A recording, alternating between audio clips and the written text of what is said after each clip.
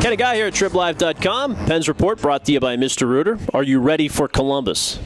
I'm ready for playoff hockey. This has been kind of actually since the Olympic break, this has just been an exercise in tedium, you know? Like our show. Yeah, right.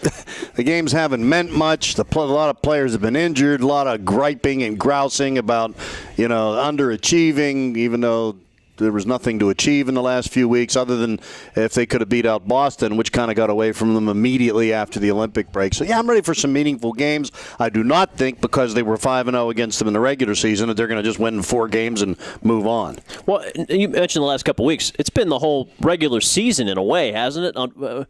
Good or for bad, this is the new season that counts.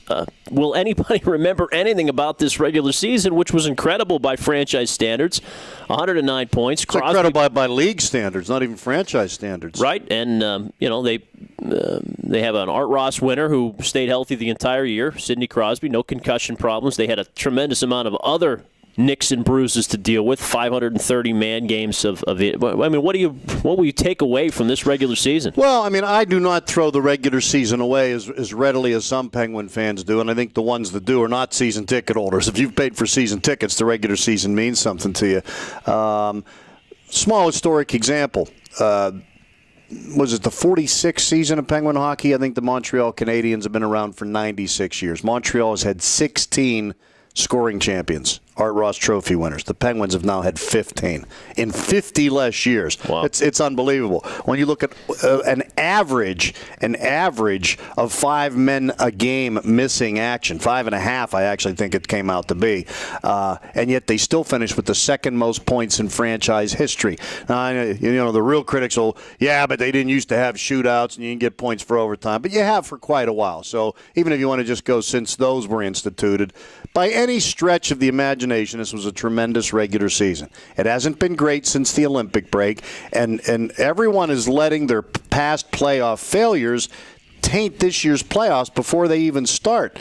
So, look, if they lose to the Blue Jackets, we'll have plenty of time to rip them. Let's enjoy the playoffs here and see how they do this year. It's a whole new season. What about Columbus is there to be worried about? Or just the whole specter of it's a dangerous 7 seed and...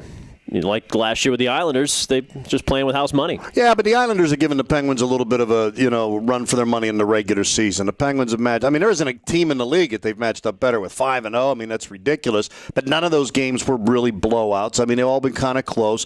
And I think talent-wise, I think the Penguins are very superior. I don't think it's even close. And they should take care of them in 5 games, in my opinion. But You have the intangibles, Ken, and I think there's a wave of excitement in Columbus right now that this team could, win a series or 2 for the first time or win a game or 2 for the first time. There's probably more excitement about the Blue Jackets now than there has been since they found out they were getting a franchise 10 years ago. And, I think you can, let's just say, for example, I think I heard you correctly when I commented, you expect them to come in and win one of the first 2 games.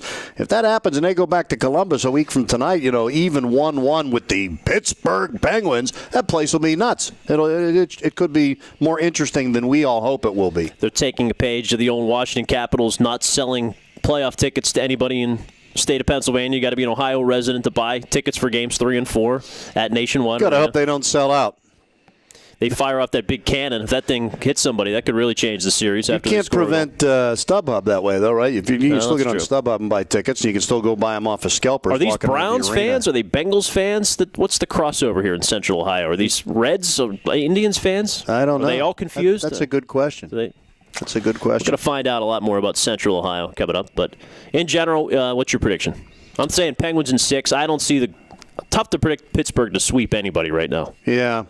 I'm going to go Pens.